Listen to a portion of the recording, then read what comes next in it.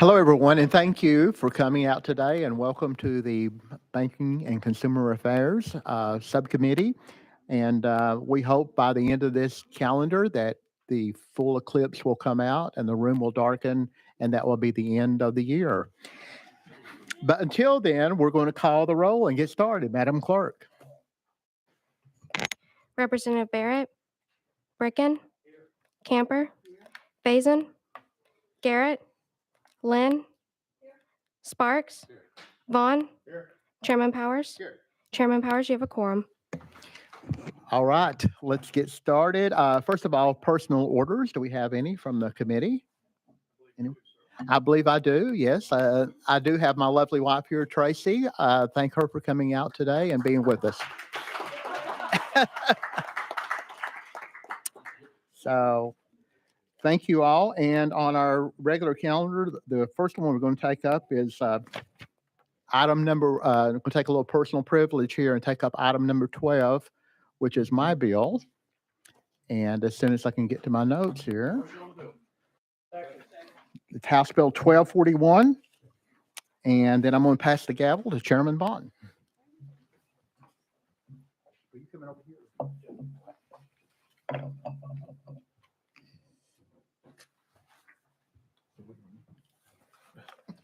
Take it here. Are you leaving that for me too? Yeah, I'll leave it there. In the words of Alexander Haig, I'm in control.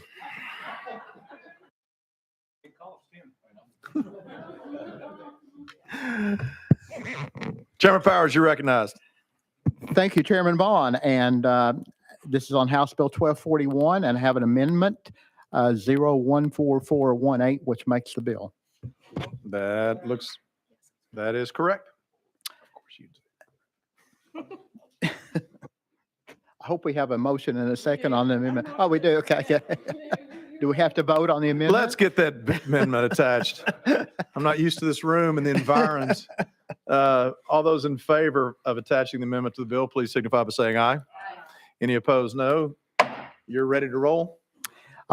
Thank you. And this legislation would just clarify that when a bank sells all or almost all of its assets and transfers all or substantially all of its liabilities, the buyer must be an FDIC insured institution, and only banks are FDIC insured. Legislation would not prohibit the sale of a bank branch or loans to institutions that are not FDIC insured.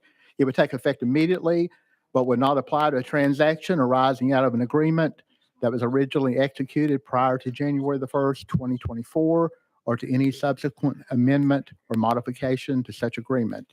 And with that, Mr. Chairman, I renew my motion. Thank you, Mr. Chairman. Do we have any questions for the bill sponsor? I do not see any. So let's vote. All those in favor of sending House Bill 1241 on to full commerce, please signify by saying aye. Any opposed? No. The ayes have it. You're off to full commerce and to wherever else you're going to be spreading joy this morning. Well, thank you so much, and I shall return. All right. It's that time of year where folks are running around different hearing rooms, so we'll anxiously await Chairman Powers' return. But in the meantime, is Representative Burkhart present? There he is. Second item on the calendar.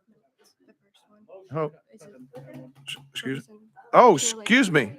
Sorry, Representative Burkhart. I was going to say, whoa.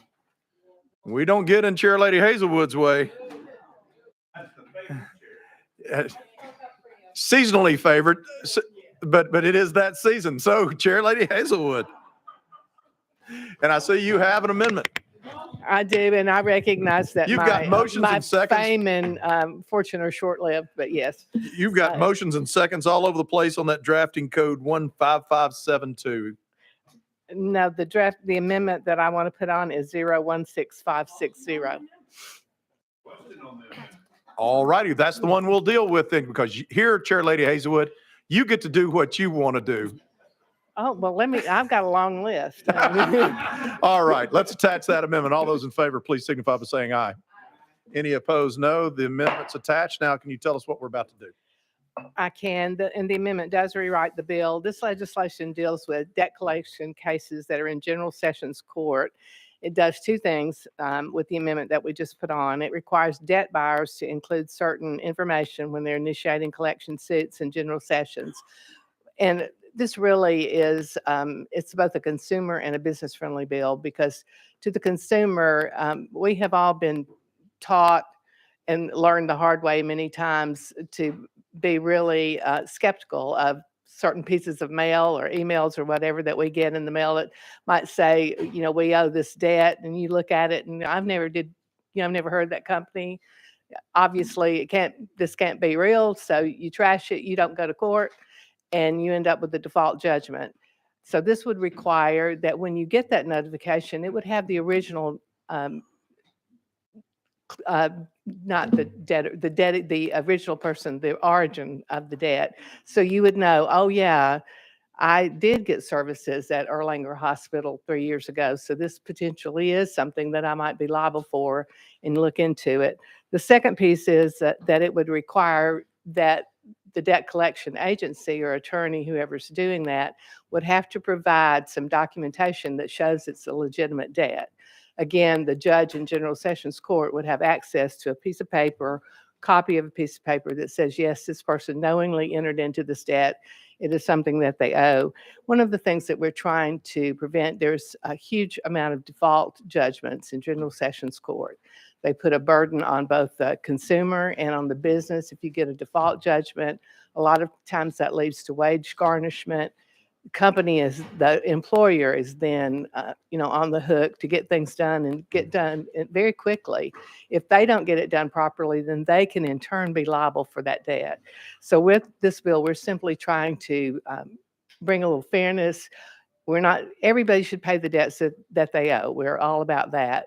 But again, they should be really, for sure, number one, that it is a debt that they owe, and that it is something that they agreed to, and the judge should have access to that information. So, and this is just really dealing or aligning with standard practices that are, National Conference of Chief Justices and Conference of State Court Administrators, National Creditors Bar Association, all of them are in agreement that this is, these are reasonable precautions to take. So with that, I would stand ready for questions and ask for your support. All right. Thank you for a great explanation. Got any questions for our chair leader? Yes. Representative Garrett. Thank you, Mr. Substitute Chairman, for the moment. Thank you for that explanation, Chairman Hazelwood. The only thing I've met with a couple of folks regarding this, and I think it's a good bill.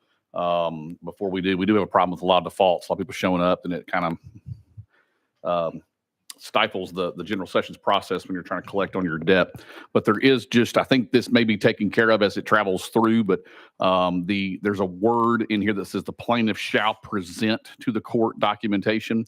And I'm hopeful that we're going to change that wording from present to actually file it, because then if there's issues later down the road by setting aside the judgment, they'll know that that was actually filed. And even though general session is not a court of record, they will hold that with the clerk in their little envelope that holds the actual civil warrant. So I just wanted to mention that I believe that's okay, but we'll be traveling to kind of fix that one word present, because you can present something to the judge and the judge gives it back to you, and there's no actual record of that. So just to make sure that doesn't happen, I think we're going to actually have it filed instead of present. So that's only the comment that I wanted to make.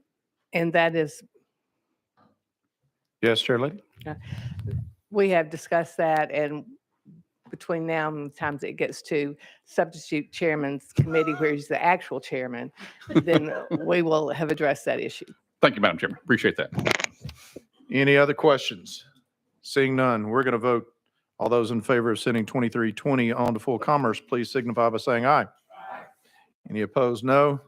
Ayes have it. You're off to full commerce, chair lady, where we will give you your appropriate due at the appropriate time. I apologize for making you wait there.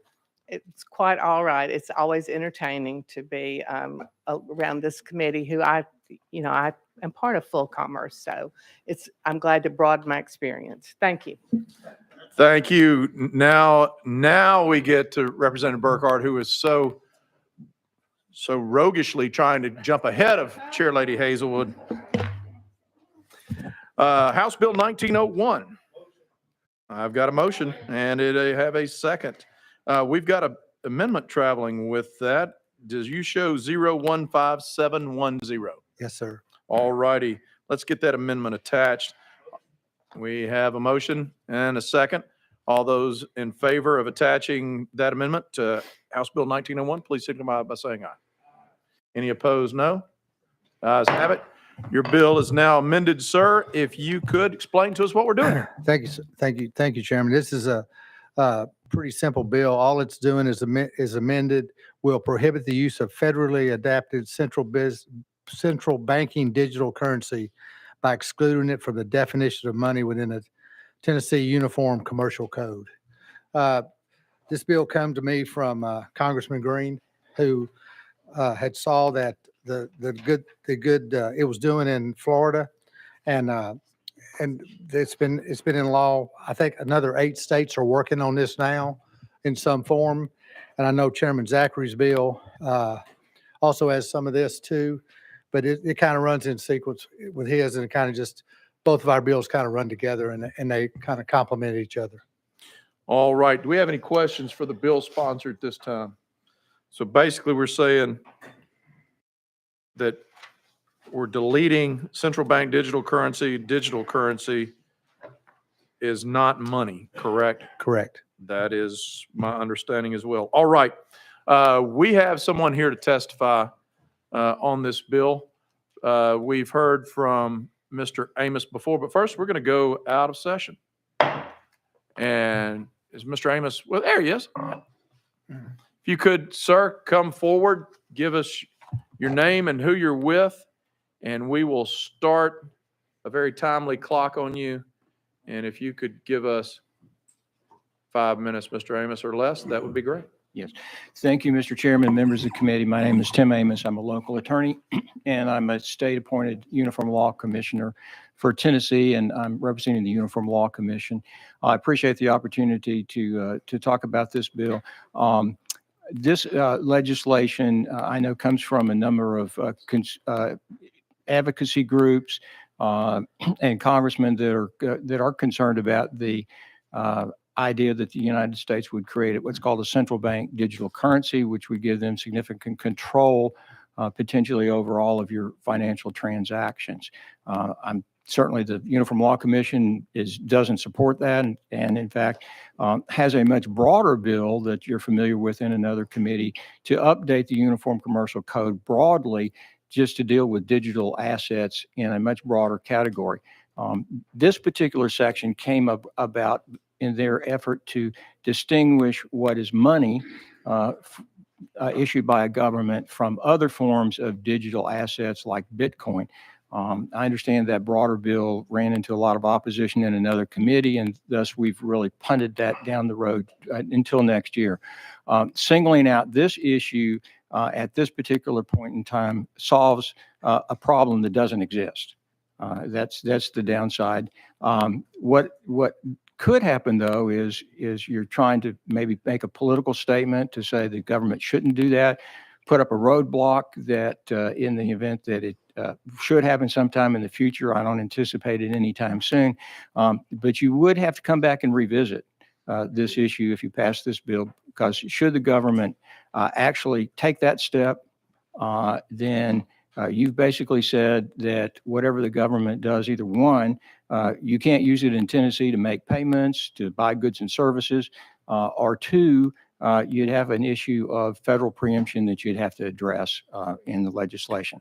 So that said, this legislation solves a problem that doesn't exist, is currently not particularly harmful, but in the future, you'd have to relook at what you're trying to do, and hopefully in the context of a broader update to the Uniform Commercial Code, possibly next year, to deal with the broader issue of how you deal with other forms of digital assets and to prevent them to be used more effectively in commerce. Thank you. Thank you. Thank you for that, Tim. I appreciate it. And I think we have some questions for you. And Chairman Vaughn, I think we had you on the list. Yes, sir. Thank you, Mr. Amos. You understand everyone's concern. And with regards to there's fewer topics out there in the conversation circles these days that is more or that is less concerning to a broader scope of people than a central bank digital currency. With regards to this legislature's ability to communicate with our constituents and with our voice that we have here, I understand from your position that given the speed and the lack of haste with which we're advancing the UCC code itself, wouldn't that all be considered at the same time? And because from my perspective, if we are as concerned about, I wish there was CBDG, I guess is, no, that's a community block grant. Yeah, no. That's what I'm saying. We need a new acronym for central bank digital currency, CBDC. We've got to use the voice that we've got. And if we can't find a solution that works in harmony with the UCC, that's a different problem for a different day, as opposed to us doing what we can do today. So I appreciate your concern, and I appreciate your words of warning with regards to this situation, your foreboding, as it were. But in this case, I've got to say I do understand what my friend from Montgomery County is trying to get across, the point he's trying to make here, and I do appreciate it. But if we go if we can get to a point to where a new UCC is adopted, I would think that it would be pretty easy to take this one. I don't think this will preclude us from adopting the UCC. That's not when I think of things, that's not something that comes to my mind, because this is different than that. And so what I wouldn't want to do is I don't want people to automatically associate UCC revisions to paving the way for central bank digital currency. Right. So that's why I see value in this, independent of what you're trying to accomplish. And with that, I'll conclude my remarks, sir. Mr. Amos. Thank you, Mr. Chairman. I couldn't agree more, and certainly, and that's one of the, I guess, reasons why we're not objecting more strongly on this one, is if this will take some pressure off of this particular issue and not have such a focus on this central bank digital currency issue that allows us to move forward to the broader benefits of the broader UCC update, then certainly that is a good result for everybody. Okay. Yeah. Any follow-up? No, sir. Okay. Leader Camper. Thank you, Mr. Chairman. Thank you, Mr. Amos. Good to see you. Good to see you. So what is the issue around this central bank digital currency that we believe is either happening, about to happen? We need to get in front of it. What is going on with it? And when we talk about digital currency, what's encompasses in that? I think Cash App is digital currency. I mean, I think, Venmo is digital currency. So I need to understand clearly what we're really dealing with here. Mr. Amos. Well, I think that's a great question, and I've learned way more about this in the last, say, several months than I really had anticipated. The Uniform Commercial Code really tried to distinguish between two very similar digital forms of commerce. One being a central bank digital currency issued and backed by a government, whether it's the U.S. government or somewhere else. And these other forms of mediums of exchange, is what they're called. It could be Venmo, it could be Bitcoin, it could be Ethereum, it could be any of a number of things, to say, because they're not backed by a government, then they're not money. Okay, that you can use them, you can trade them, you can barter with them, you can do whatever you want, but they're not money per se. So what the code, though, tried to do in its update is to say, okay, if a government issues a central bank digital currency, then for our purposes, it is money. The problem comes somewhat in is that outside of the United States, there are other countries that have either adopted Bitcoin as their currency, or other countries that are looking at and exploring whether or not they should adopt a central bank currency. The problem that I think people do see, and I don't think there are shadows in the wind necessarily, is that because Bitcoin, for example, would be the platform, is very transparent, you can see virtually anything and everything that a person does using Bitcoin. Do you want government to have that power? And that's, I think, the concern that people are trying to raise and trying to fight back. And I know we've talked to Senator Haggerty when he was here a couple of weeks ago. And he says, we have a bill to prevent our government to create a digital currency for that very reason. We don't want the government to intervene any more into our private lives than anyone else. And Uniform Law Commission did not, in their draft, didn't try to take a policy position on that one way or another. What they did try to do is to set up a platform to say, if we're going to have it, then let's treat it neutrally and let's let people have a methodology to use it in their commercial transactions and understand what that platform is. By saying it's not money, we want to send a message, and I understand the message that you want to send. You could pass a resolution, and I could help you find some language if you'd like to memorialize Congress to say, let's not adopt a digital currency. But putting something in the code is, like I say, it's a bump in the road. But for right now, it doesn't have any immediate detrimental impact, and thus probably may help you and help us send a message that you want to send and pave the way for reforms that we need to make down the road. Leader Kemper. Thank you, Mr. Chairman. Thank you, Ms. Amos.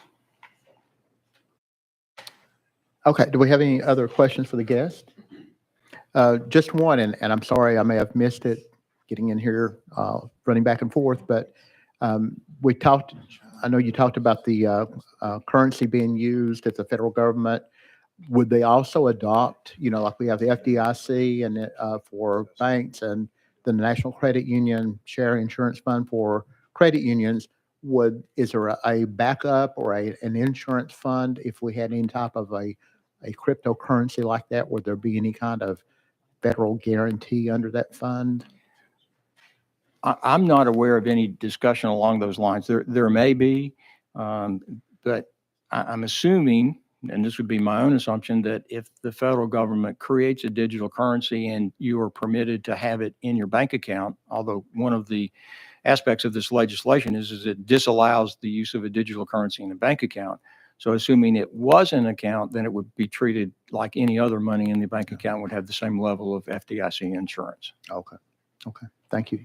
Okay. If we have no other questions, thank you for coming out today. We appreciate your time. Yeah, thank you, Mr. Chairman, Mr. members of the committee. And we're going to go back into session. And Representative Burkhart, you are recognized. Thank you, Chairman. I'll just try to answer any questions anyone has any. Anyone have any questions for the sponsor? It looks like we're ready to vote then. So without objection, we're going to vote on House Bill 1901. All in favor say aye. All opposed say no. And the ayes have it. And Representative Burkhart, you are going to Commerce Full. And thank you. Thank for you, that. Chairman and committee. Okay, the next item on the calendar is House Bill 1907 by Representative Bosso. Is he here? Oh, yes, Chairman Bond. Oh, I'm sorry. Apologize. We're moving you up to the head. Chairman Bosso is not here Sorry. anyway, so sorry. Thank you, Mr. Chairman, committee. I've got to Which one? be somewhere else presenting another bill as soon as I get done with this one. So This is House Bill 1052 then, right? 1062. 62.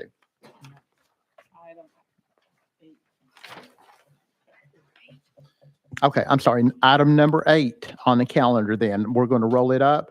And you have an amendment? Yes, sir. Amendment 15575. Okay, that's right. And what we've got, we have a motion and a second on the amendment.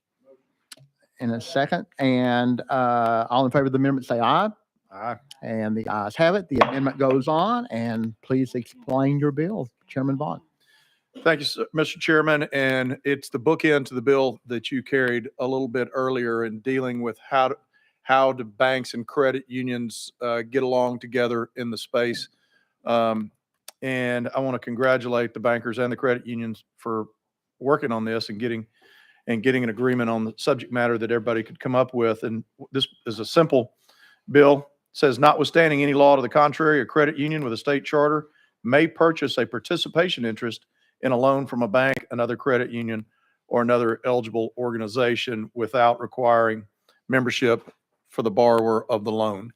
And so that means that gives credit unions an opportunity to invest in loans that may be being sold by the bank, but that does not go beyond that. And so if a credit union buys your loan, you don't have to join the credit union. So that's the gist of this bill. And it's, like I said, a part of a negotiated agreement between parties. And I think it's a fair shake for everyone.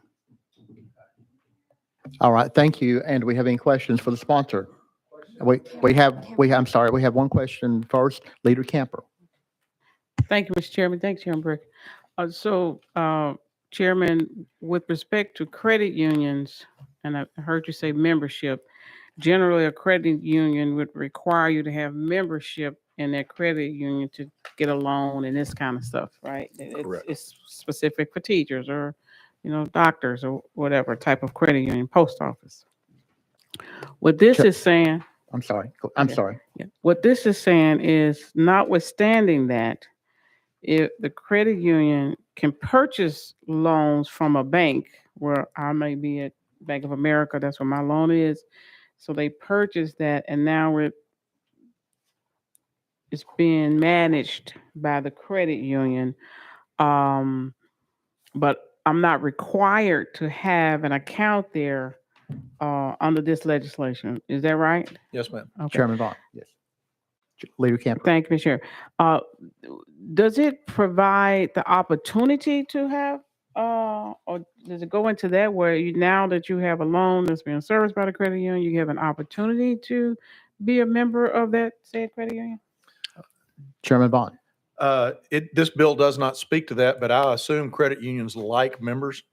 And so I would assume that you probably could, because in a situation with any financial institution, sometimes they find themselves with more deposits than producing loans.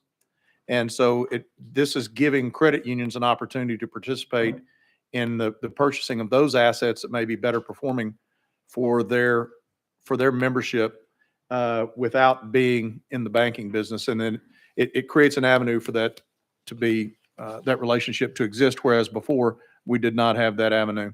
But as far as membership within the credit union, again, we don't speak to that. We just say you don't have to be. But I bet they would recruit you.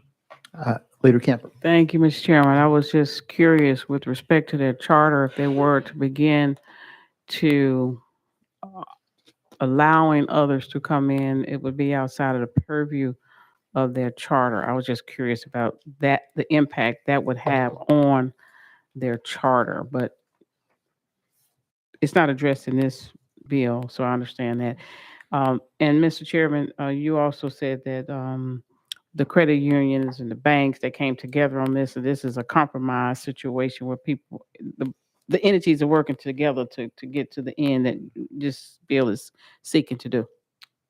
Chairman Vaughn. Yes, ma'am. That is it. And in most of the cases, like the credit union wouldn't be purchasing this loan in order to recruit the member. Right. They're purchasing it because it's a performing asset that they see that as being able to give their members a better return and pay them more interest on their deposits.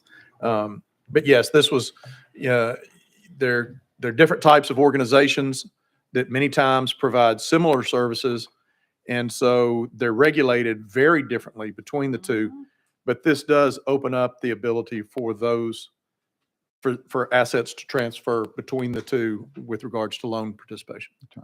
Leader Camper. Thank you. Last question, Mr. Chairman. Does it at all limit the amount of these assets that could be brought into their depository from several different banks.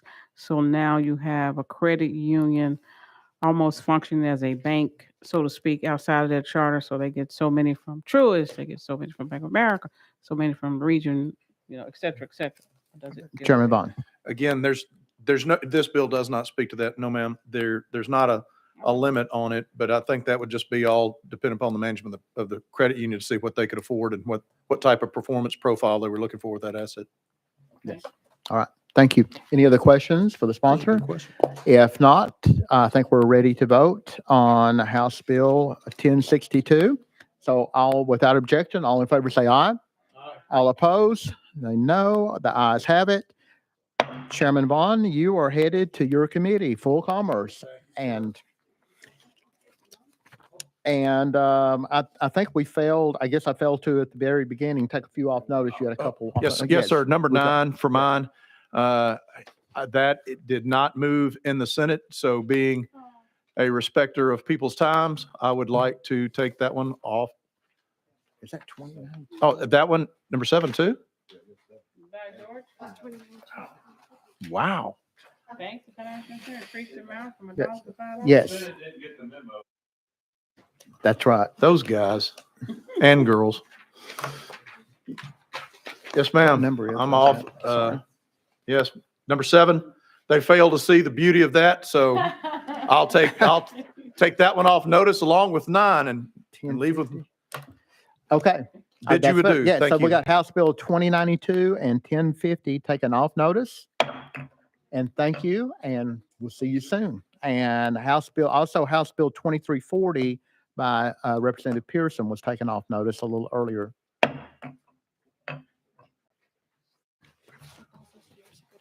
Okay, yes. Wait, oh, yes. Okay, and we're going to back up a little bit to item number 3. The next item will be House Bill 1907 by Representative Bosso. Representative Bosso, you are recognized. We got a Thank- motion and a second, and doesn't look like there's an amendment on the bill right now, and you're, please explain the bill. Thank you, Mr. Chairman. Good afternoon, members of the committee. This is a bill that seeks to tweak the definition of illegal alien that's used in Title 50 of our code. But obviously, we all have an obligation to protect Tennesseans to the extent that we can against this invasion of unlawful immigration that is plaguing our country right now. And one of the things that is true is that when you look at the current definition of illegal alien in Title 50, it confuses unlawful immigration status with one's authority to work under a work permit issued pursuant to the Federal Immigration and Naturalization Act.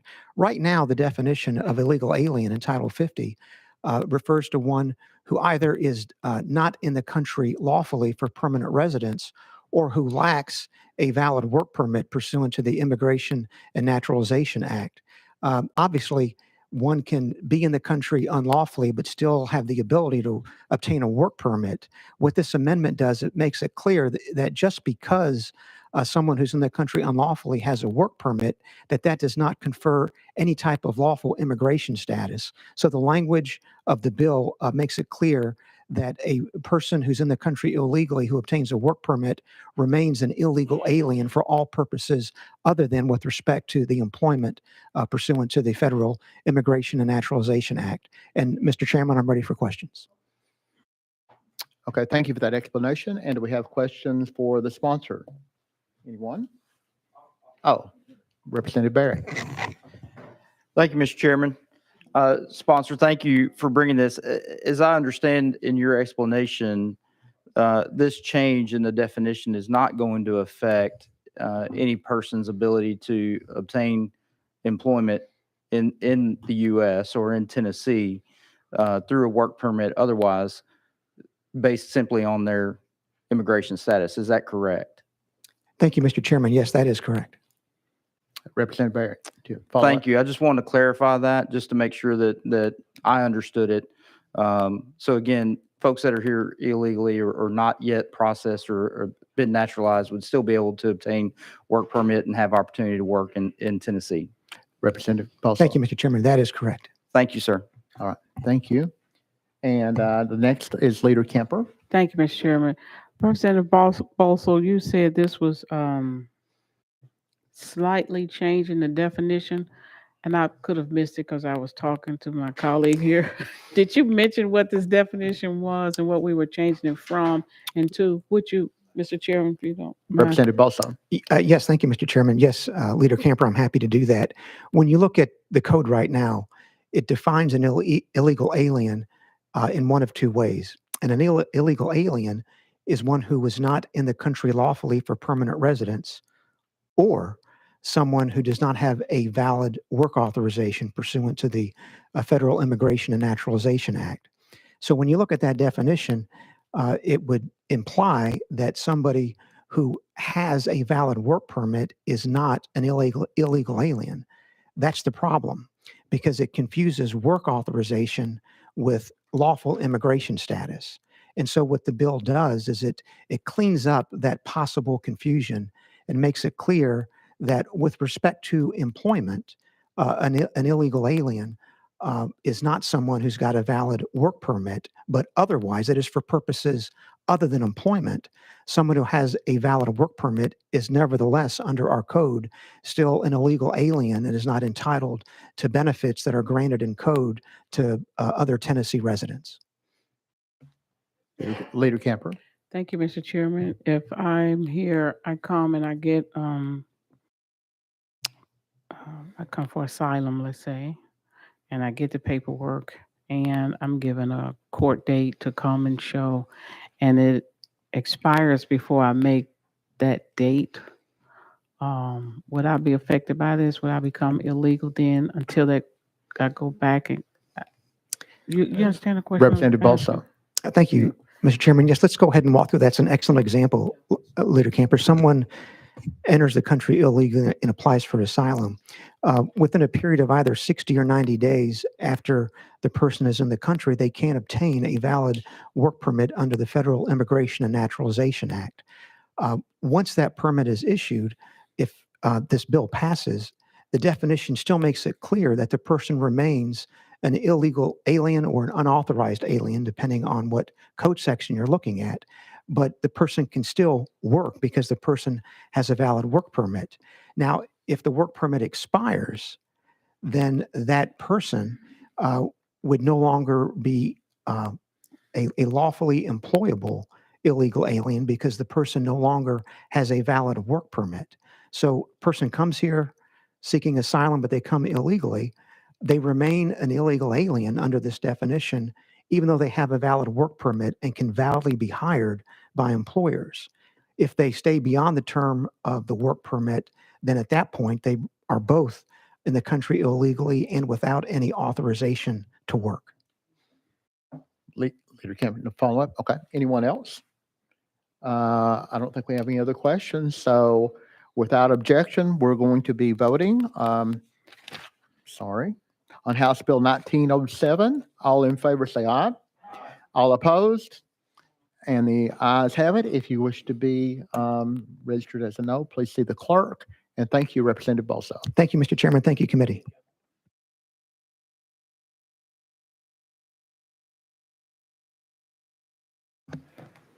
Next item is item House Bill 2029 by Representative Jones. Representative Jones.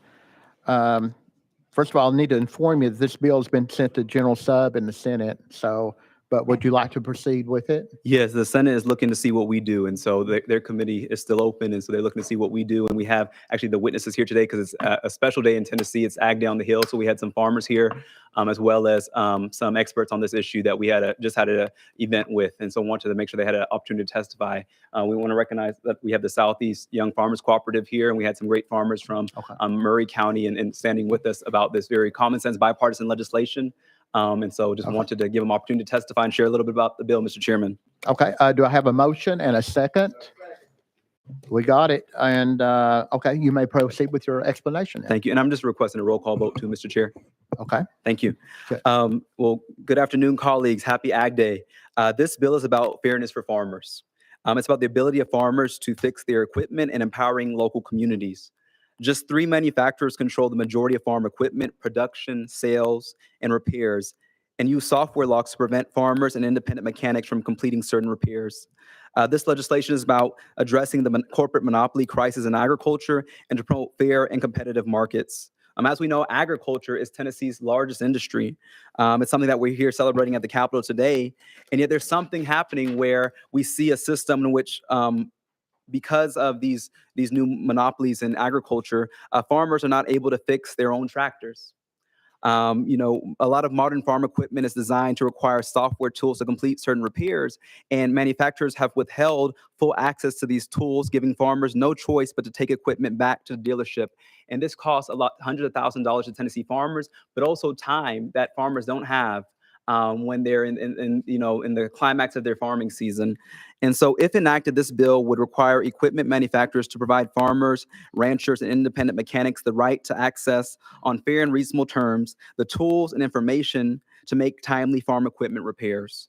And with that, Mr. Chair, I know we also have a witness I wanted to allow to testify on this to answer some questions, and I'm happy to go back and continue talking about it. We want to make sure that our witness who is Okay. here is able to testify as well. Okay, yes, okay, so we're going to go out of session and have the witnesses come forward, please.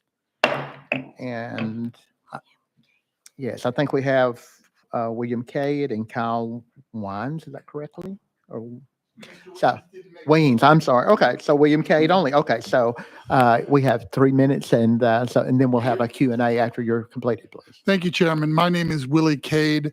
I'm the grandson of Theo Brown, who was chief engineer at John Deere when they decided to make tractors back in 1925. My father worked for International Harvester at the Memphis plant. He was chief engineer there at that time when I was 5 years old. And I spent my career refurbishing computers for schools, nonprofits, and homes of at-risk children. Now that tractors are rolling computers, I feel like I've come back to the family business. It's kind of like people coming back to the family farm.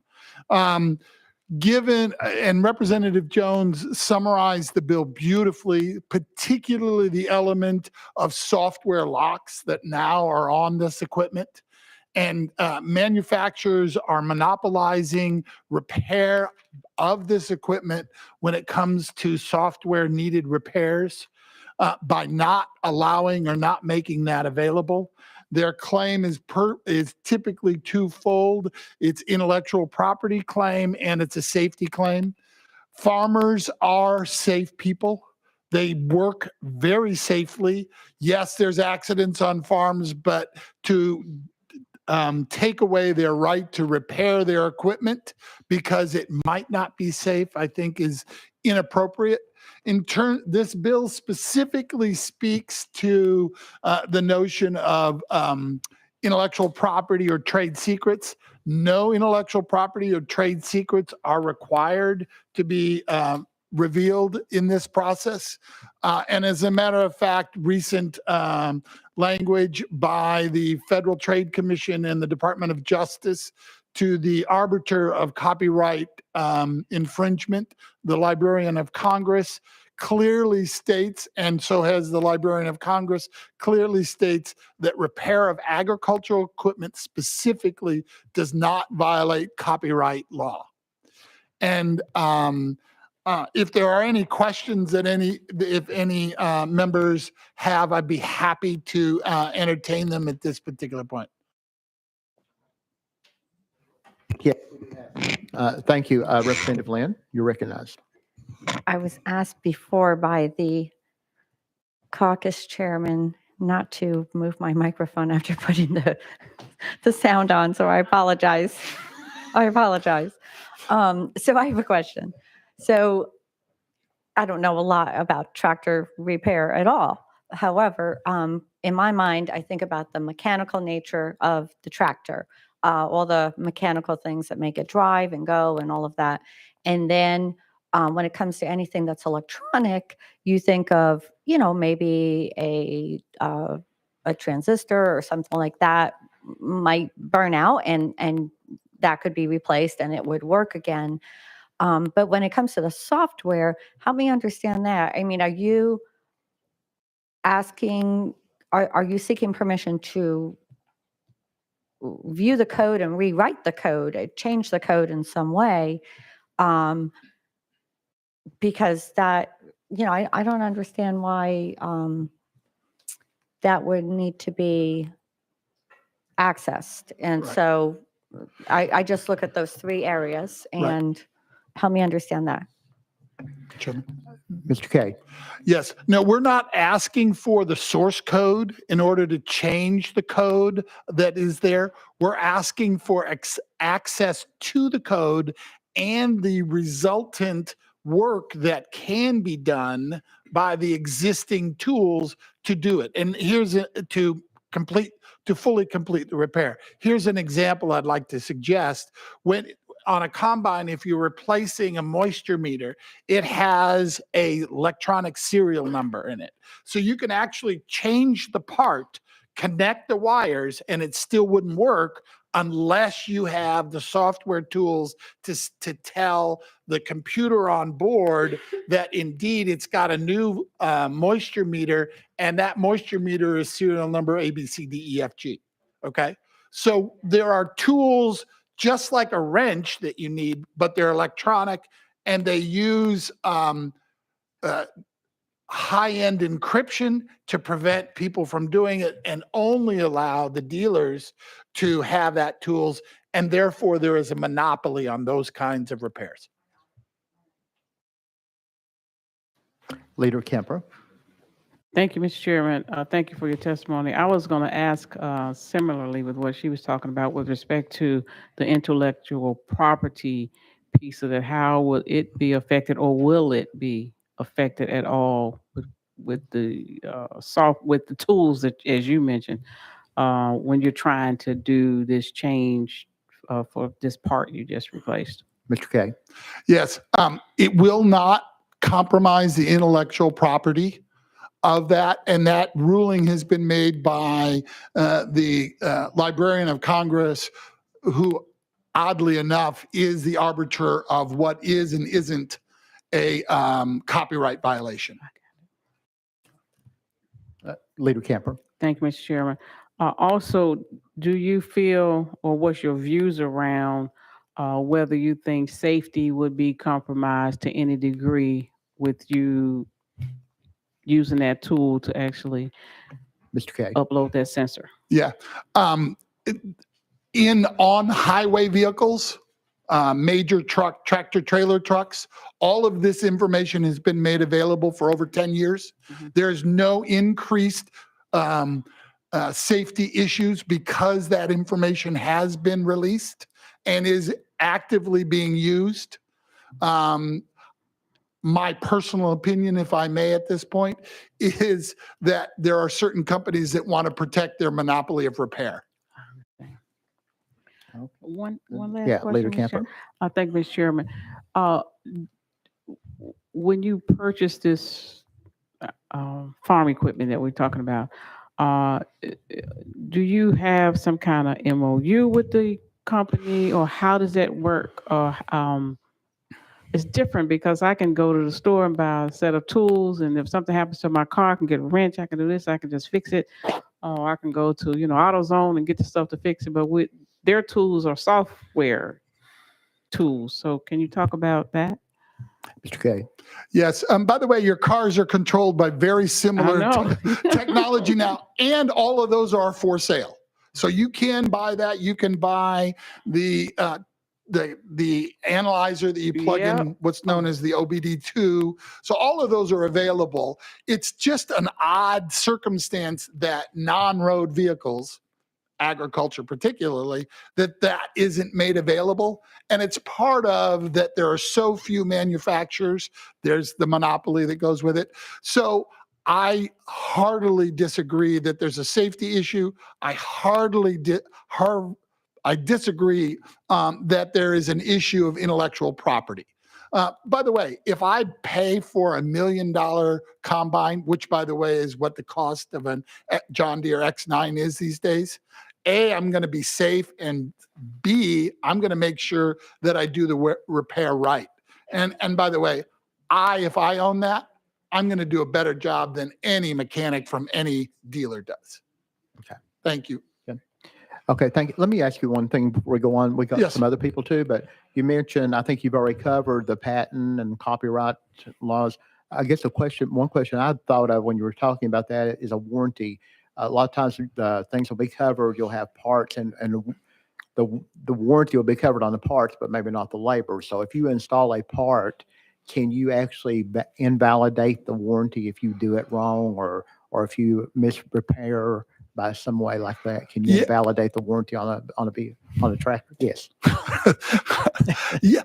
So the whole issue of warranty repair, of course, I want the dealer to do my warranty repair. Okay. But it doesn't preclude me if I'm in a bind and I do the repair and I do the repair right, it doesn't void the warranty. That's legislation called Magnus and Moss.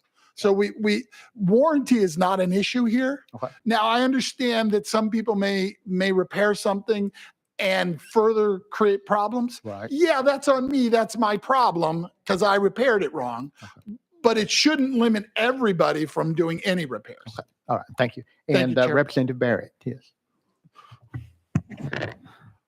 Sorry, I moved my microphone after I turned it on.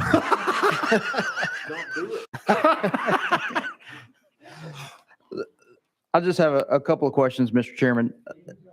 How many manufacturers are we talking about? I mean, you mentioned tractors and the sponsor mentioned tractors, but we're really talking about all sorts of agricultural equipment. I'm assuming that's covered by this beyond tractors. And so how many different manufacturers would this particular legislation affect, meaning they are currently operating in the manner that you're talking about where they're not allowing private repair? Yeah. How many manufacturers are there, and then how many are not allowing repair? So what's the percentage there that we're dealing with? Mr. Kay. Thank you, Chairman. So really, there's two kinds of manufacturers in the world of agriculture, and there's also what's known as non-road. There's full line manufacturers and short line manufacturers. The full line, there's three plus there's maybe half a dozen that are also ran in it, and there's constantly new entries into it. There's a new firm out of South Korea who's coming on it. Almost all of them have to operate with this electronic control of the devices because they need to comply with Tier 4 emission standards from the EPA.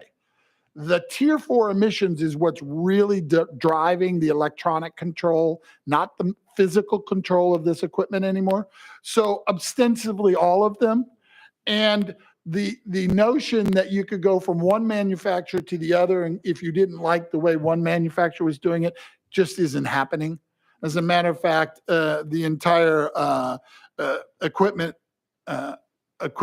manufacturing associate or the Equipment Dealer Manufacturing Association all have come together to work on this issue and have an effective MOU.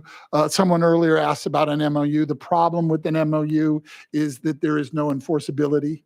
And manufacturers have said that they would create an obligation to provide this, and they have not. So this legislation actually parallels very closely those voluntary agreements. And I understand that we don't want government involved in our lives every day, but they aren't doing what they said. Et cetera, et cetera, et cetera. Okay. Representative Barrett, do you have another? So that leads to another question. You mentioned the emission standards. Is that a federal standard that the manufacturers are complying with by putting this apparatus into the manufacturing process? Is that what we're dealing with? Mr. Kay. Yes, it is. It's called Tier 4 emissions standards, and in order to meet those, it's the nitrous oxide. In order to meet those, you have to have electronic control. I will note, by the way, that many manufacturers of diesel engines have falsified the compliance with Tier 4. It started with, we first learned about it with Volkswagen. Toyota's been doing it. Mercedes-Benz is doing it. And now, and 3 weeks ago, Cummins was fined $2 billion because they were running 1 million diesel engines in the United States using what's called an AECD, which is a defeat device for the Tier 4 emissions. That was probably more than you wanted. Sorry. Are you done? Oh, you want to follow up? A Okay. couple more. Sorry. So I guess that's where I'm getting at with this. If we're dealing with federal regulations that the manufacturers are trying to comply with, part of the issue as I see this, and look, I'm sympathetic to what you're dealing with because I have an agricultural district that we deal with this on a regular basis. But what we're seeing is people that don't like the federal standards that are being put in place on all sorts of vehicles, whether it's whether it's agricultural equipment or just pickup trucks or whatever the case may be. And so, the aftermarket adjustments that are being put on these vehicles, chips that are being put in, the whole 9 yards, these are things that are really get arounds that are being added on in order to get around that. Now, keep in mind, Yep. I'm a small government Republican. I'm all about it. But, what we've got to do is make sure that we're not creating a bigger problem and putting people in a situation where they can violate the law. So my last question for you is... Can I respond to that? Sure, after I ask this last Okay. question. My last question for you is, how many other states have adopted this law?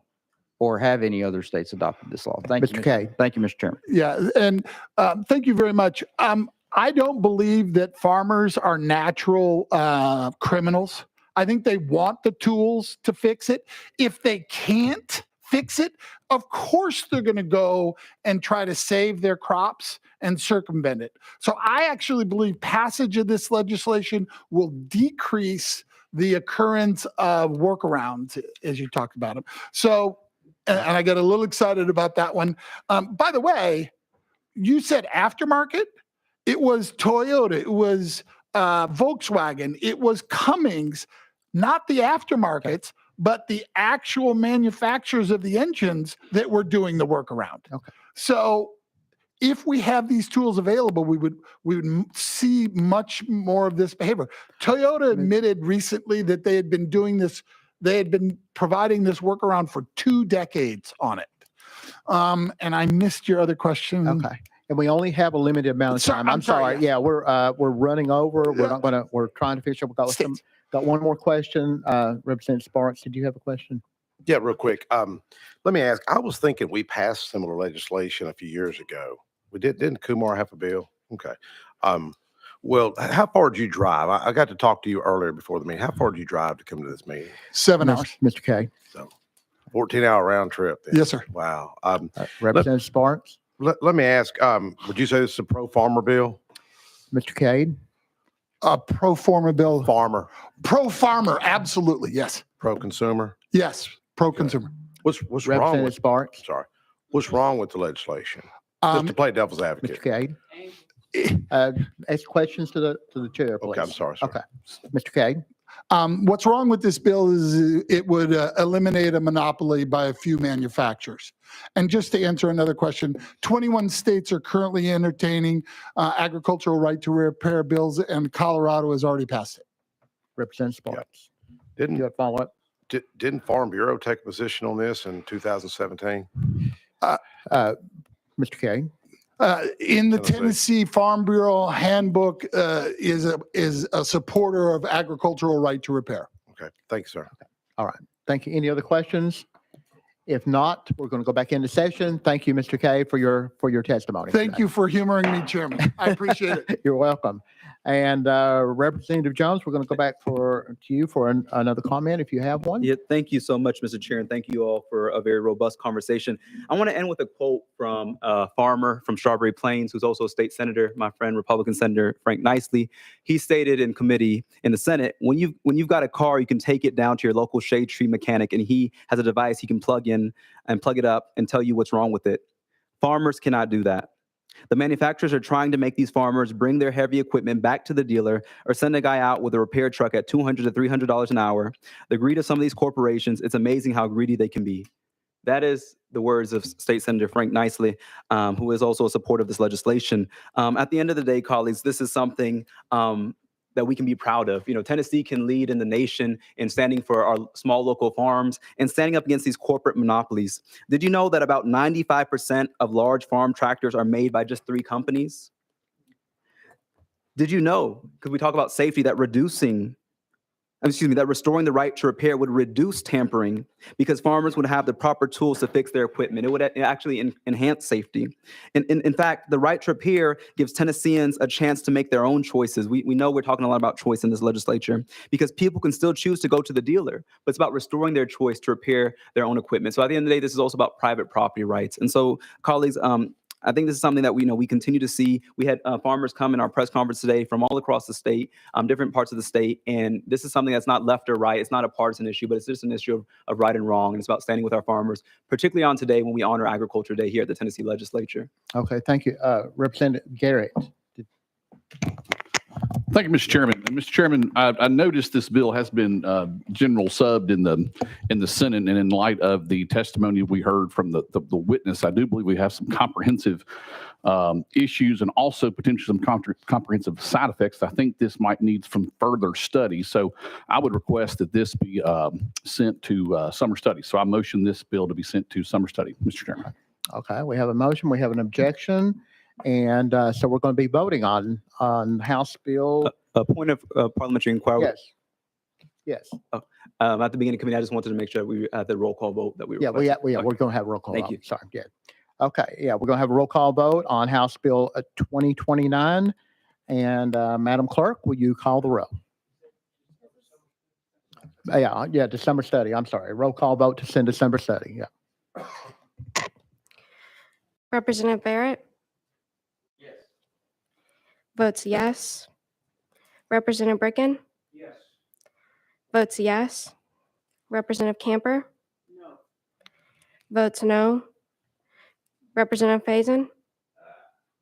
Votes yes. Representative Garrett? Yes. Votes yes. Representative Lynn? Votes no. Representative Sparks? No. Votes no. Representative Vaughn? Chairman Powers? Aye. Votes aye. 4.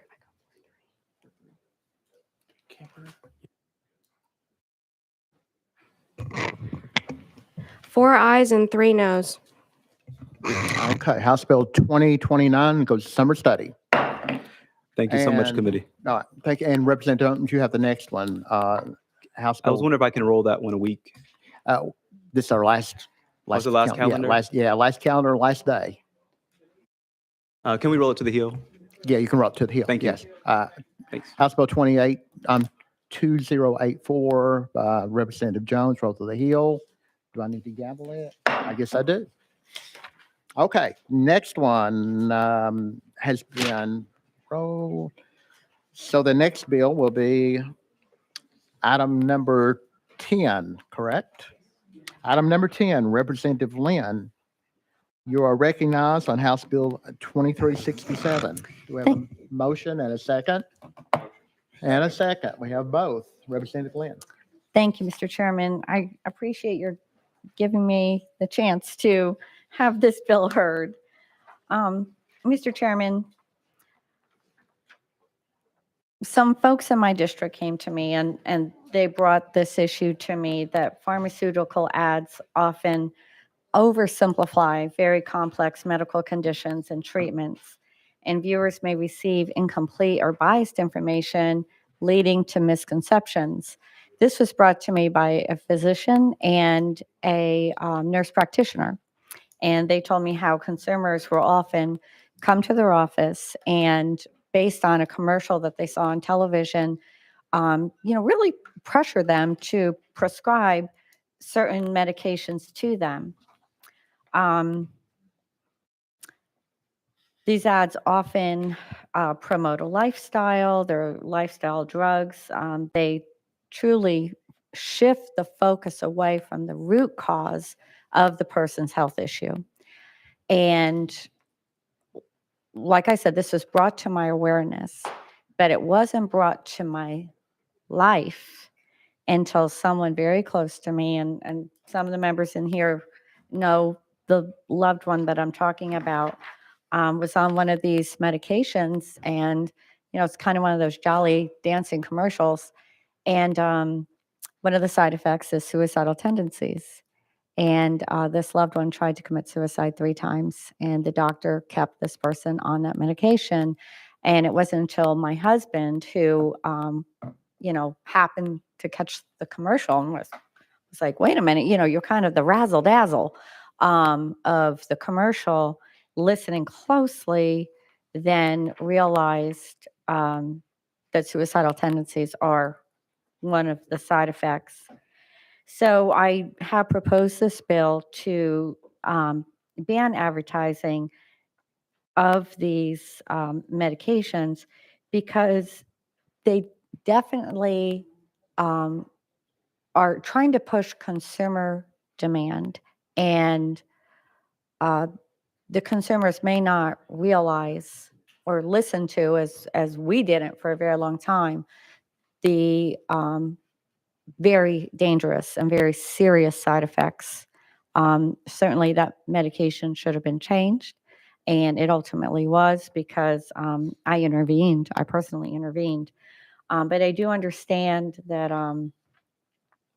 Well, let me just say this too. I had another bill in another committee today, and I had some examples of 16 drugs the FDA has approved that were ultimately taken off the market due to very serious and extreme side effects. And you may recognize some of these names: Prevacid, Nexium, Prilosec, Protonix, Ranitidine. 40 years, Ranitidine was on the market, and they knew it was causing tumors.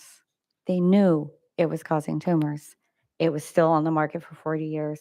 Another one is Zantac.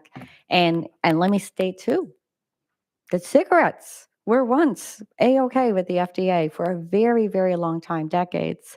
And they finally we have the big warning label on cigarettes that they are highly addictive and cause cancer, and that pregnant women shouldn't smoke.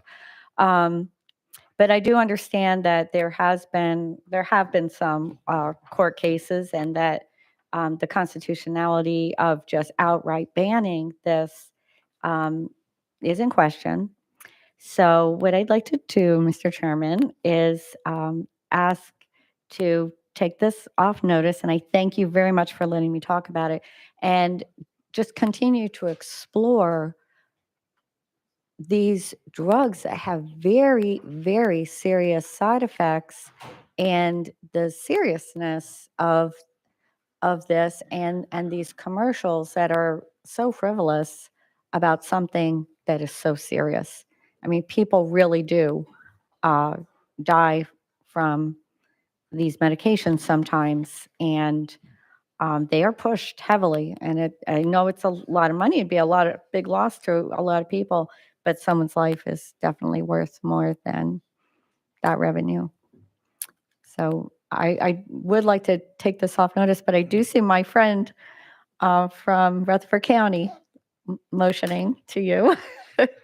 If you would like take it to. off notice, it's off notice. All and right, we're I gonna won't take end it the off notice right now. conversation. I am. Okay, then that ends everything, and then we're Well, going to gavel it. let me take that back, and can we hear from my friend from Rutherford County? Do you want to take your bill off notice now, or want to wait? Will I be able to hear from my friend from Rutherford Sure. County? Okay, we'll take it off now. Okay, right. and Representative Sparks. All right. No, I just applaud you for talking about this. I mean, let's Mhm. face it, we've got a massive drug problem. Everyone in here knows it. The pharmaceutical companies are the largest donors to campaigns. I think everyone in here knows that. And it's a serious issue. You know, we've all had a family member or cousin or aunt or uncle that's faced addiction. I mean, I know one lawmaker that his dad committed suicide, you know, and he was on medication, you know, that was prescribed by a doctor. So I applaud you for this, and maybe we could have a serious summer study, not a fake summer study, and you maybe bring this back next year and for further discussion. Okay. Thank you, Chairman. Okay. All right. Thank you. Representative Lynn. I was going to say we definitely need to bring the industry in on it in the conversation, because we would hope that they would, I'm sure they have family members too that have faced things like this, and I'm sure they realize it is there's an ethics problem here. There's an ethical problem here that somehow, well, we need to talk about, but maybe somehow we can address. So thank you. All right. Thank you. You're taking off notice now. Okay. We're got a request to take House Bill 2367 off notice without objection. Off notice. And the next one's item 11, the next bill up. Representative Garrett, you are recognized. I'll be quick, Mr. On Chairman. House Bill 2707. I'll be quick, Mr. Chairman. I would like to take this bill off notice, please. Okay. House Bill 2707 is off notice. Okay, that takes us to the heel of the calendar. And Representative Jones, is that correct? Is on the heel of the calendar.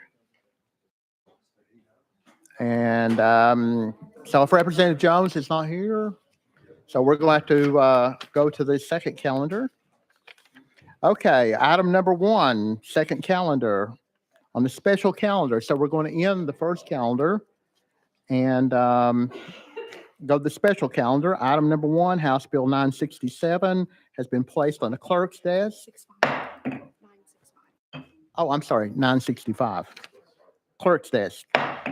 The next bill, House Bill 1470, and he took that one off notice too, right? Oh, yeah, it's also moved to the clerk's desk. House Bill 1470, and the next bill is House Bill 528 by Representative Thompson, and I don't see Representative Thompson either. So, without Representative Thompson being here, is he here? Yes, we're looking for the Representative Thompson. Do you know where he is? Okay. Okay, we have to have the sponsor present it. I'm sorry. Do you want to take Got a motion to adjourn? Got a second? Okay, we're going to adjourn then. All in favor, say aye. All opposed. I was right here.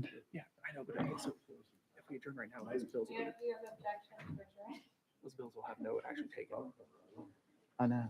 So, do you just want to adjourn me next week? No. Okay, well, that's the thing. We have 2 bills that we need to act on. Which one? Jones's bill that we rolled, Okay. and then Thompson's bill.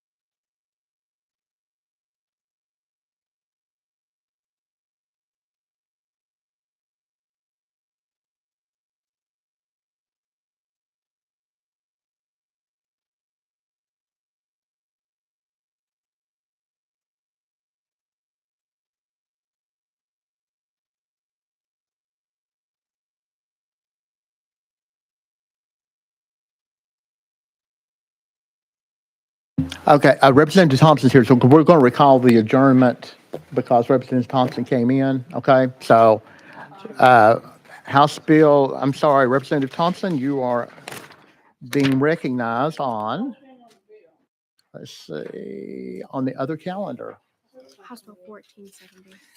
House Bill 1470, Representative Thompson, you're recognized. I'm sorry, House Bill over 528. I was being given incorrect information. House Bill 528, do we have a motion and a second? We do. Okay, Representative Thompson, please present your bill. Okay, well, thank you, Mr. Chairman. I'm sorry I interrupted y'all's adjournment.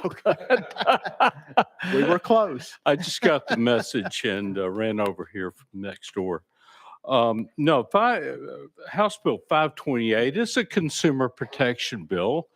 This bill would limit the amount of times a homeowner can be contacted within a calendar year by a person making an unsolicited offer to purchase their property. The amendment that we added, and there is an amendment, has that been? Yeah, no, we need to add the amendment on Okay. there, please. That is, we have the number. Do you have the number of the code? I've got 13332. Yes, that's what we have. All in favor of the amendment, adding Amendment 1332, please say aye. Yes, well, I'm sorry, we had a motion and a second. Got a motion and a second. All in favor say aye. The amendment is added. Go ahead and present your bill, Representative Thompson. Sorry. Okay, thank you.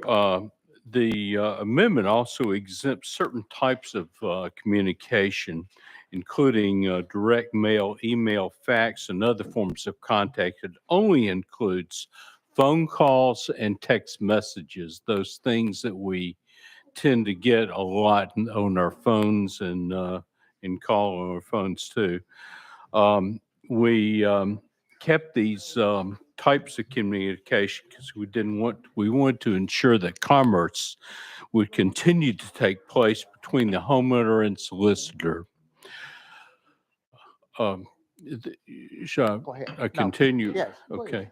The bill also clarifies that if a contact between a person and a property owner is part of an ongoing negotiation between the person and the property owner, that is not considered an unsolicited request until the property owner says that he does not want to continue negotiations, says stop. And finally, the bill exempts licensed realtors and governmental entities. And after discussions with the colleges and universities and various state departments, they made us aware that this may impact their ability to acquire more land. So that part is they would also be exempt. Now, if a property owner believes that a person has violated the provisions, they may submit a complaint to the Division of Consumer Affairs in the Office of the Attorney General. And the complaint has to be submitted within 20 days. And if investigated and wrongdoing is suspected, the Attorney General and reporter may institute a proceeding involving alleged violations. And if the court finds a person guilty, the court shall assess a fine of up to $1,500. It has no fiscal note. I'm happy to answer any questions. And do we have any questions? Oh, I'm sorry. We have somebody here to testify. So we're going to go out of session, and we have two people, I believe. Just one. Oh, Mr. Southworth, is that correct? Okay, yeah, please come forward. And you have 3 minutes, and we're going out of session. Please state your name and who you're with, please. Yeah, either one. And just turn the red light on there.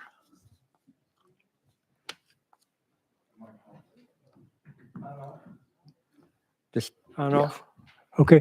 My Yes. name is Justin Southwick, Davidson County, Tennessee, Tennessee small business owner. First, I believe I know where the authors and the co-sponsors are coming from. I get the phone calls, I get the texts, I get the letters asking to buy my house. I am that constituent. I think you're trying to, alleviate. But I am also the person who has sent letters and who has done the door hangers. And in the process, I've saved families from foreclosure, removed blight from neighborhoods, stimulated the local economy, generated tax revenue, provided affordable housing because I was able to help those folks in a timely manner. All of these community benefits would have been lost if I, had not been able to follow up beyond the first contact in a timely manner to meet their needs. I'm suggesting there are plenty of good actors providing valued benefits to the community, including commerce, as the representative mentioned, including buying homes or property from people who didn't even know they could solicit a buyer or how to solicit a buyer. Second, contacting property owners, offering them options, maybe to pay the back taxes, help them through so they don't have to file bankruptcy, get them out of a jam in a hurry. This is an advertising service that they may never have known existed. And in my reading of case law, this form of commercial advertising is informing the public about lawful activity, easily passing the first prong of the U.S. Supreme Court Central Hudson test. The other 4 prongs of the test are requiring the state to assert a substantial interest to be achieved by the restriction, show the restriction will effectively advance their interest, and narrowly tailor the restriction to meet the desired objectives. As written, prior to me understanding there was just an amendment filed, and I've looked online and I can't find that amendment, so I appreciate the opportunity to reconsider this new amendment to the House bill. The Senate amendment made it broader, not not more concise. So I appreciate the recent actions. And nowhere does the bill describe the interest or how it is being achieved by this restriction. Third, I believe there are remedies such as the do not call list, the do not mail registries, and other regulations already in place to police this behavior depending on the status of the person, whether it's been the Fair Debt Collection Act, for example. Lastly, I don't believe this will deter bad actors. Bad actors are not going to adhere to the do not call, the do not mail list. They'll use offshore call centers, phone number masking, and the like. And we ask for the phone number, and the employer, as the bill asks, they'll hang up and move on. How do I know this? I've done it. I have been the recipient of these calls. I have asked these people for their information. They are out of the country. They just hang up and move on because they know that what they're doing is in the gray area. I'm asking you to vote again, as originally written. I'm asking you to vote against this bill as I believe it unlawfully restricts the advertising of a needed service supported by the Supreme Court rulings and doesn't deter the bad actors who will actually still flout the law even if you pass it as is. I also ask for the opportunity to evaluate the newly amended bill before it be considered for passing. Thank you. Thank you. Do we have any questions for our guests today? Anyone? Okay, if not, we're going to go back to the sponsor. Thank you for being here, Mr. Southwood. Thanks for that information. I turn this over. And we're going to go back into session. Representative Thompson, do you have any other comments after that? Yes, this is really meant to protect people who are vulnerable to the constant solicitations. It's not really designed to, and I've just heard this gentleman, and I appreciate him coming forward, but I'm not really sure it really applies as much to what we're trying to do here as because if someone shows any interest, then they can continue their discussion of whatever service that's offered, and this is simply targeted towards those not just bad actors, but often predatory calls and text messages to try to induce people who are in vulnerable situations to go into a situation that might be financially devastating to them, and it's we made these other amendments to make sure it did not harm regular normal commerce to legitimate commerce. Okay. Okay, thank you. I'm sorry, we're running out of time. Representative Barrett. Thank you, Mr. Chairman. Move previous question. Previous question has been called. They have objection. We have none. Okay, we're going to be voting on House Bill 528. All in favor say aye. Aye. All opposed? No. And sorry, the noes have it, and the bill is dead. And thank you, though, for your work. I know you worked hard on this. Thank you, Chair and Committee. And thank you. And I think that'll be all unless anybody has any comments. I know we're running out of time. Anyone? Representative Lynn. Mr. Chairman, you are a most delightful chairman. You are so funny. We have such a great time in your committee, and we get a lot of work Thank done for you. the people of our state. So thank you. Well, thank you all so much. Thank you. Thank you. Thank you very much. Yeah, so we are going to end. We had the Elvis Act in here, so we wanted to end on an Elvis note. So thank you all, and thank you all for coming out here. And it's been an honor to get to work with all of you, and we appreciate it. And the total eclipse is here today. So we're going to end it, and subject to the call of the chair, the House Banking and Consumer Affairs Committee Subcommittee is closed.